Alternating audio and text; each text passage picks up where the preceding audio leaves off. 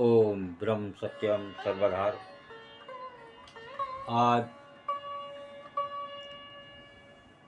मांस के अंग से बात होगी।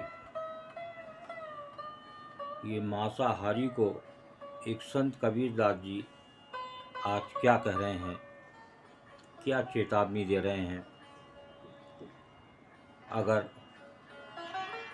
संत कबीरदास जी की बात को समझ में आ जाए और ये संसारी मानव उनके अनुसार, एक संत एक गुरु के अनुसार अपना जीवन यापन करे तो निश्चित ही जीवन स्वर्गमय है।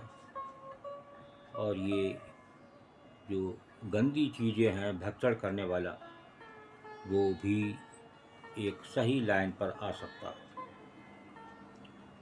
तो आइए श्रवण करते हैं ये वाणी क्या संदेश दे रही है।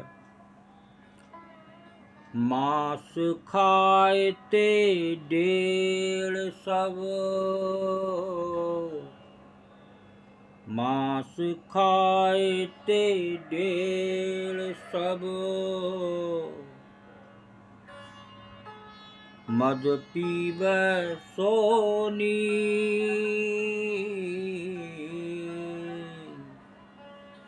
मांस खाते डेढ़ सब,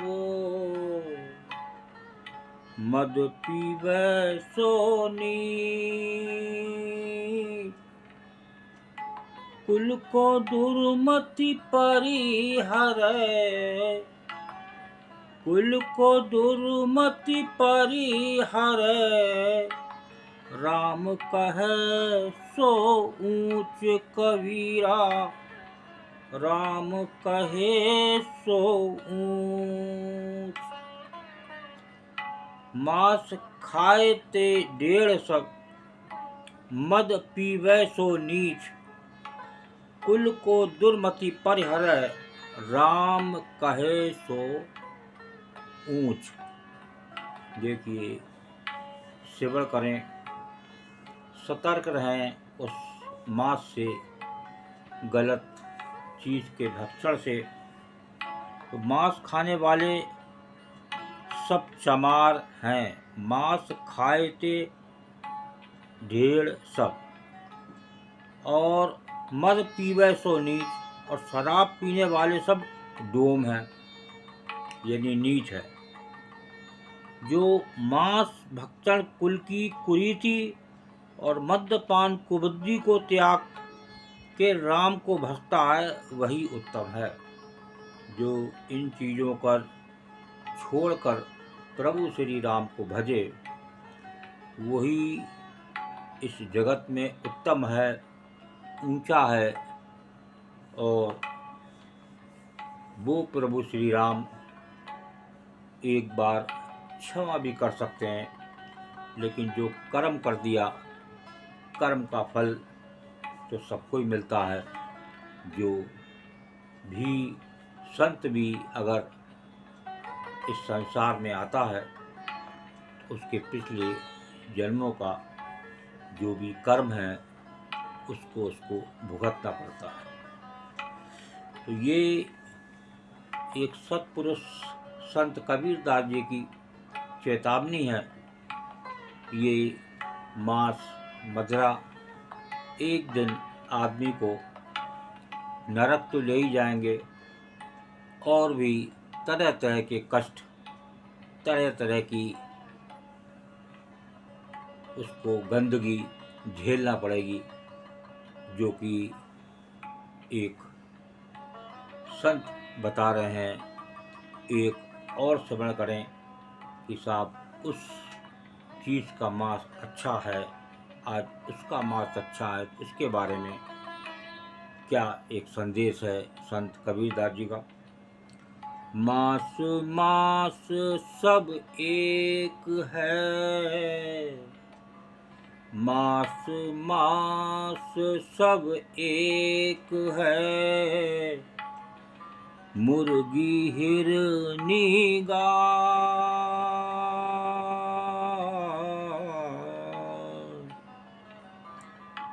आँख देख नर खात है, आँख देख नर खात है, ते नर नर कही जाए कबीरा, ते नर नर कही जाए। साफ साफ लिख दिया नरक जाने का रास्ता इस गलत चीज़ों का, मांस मदिरा का सेवन करने वाले।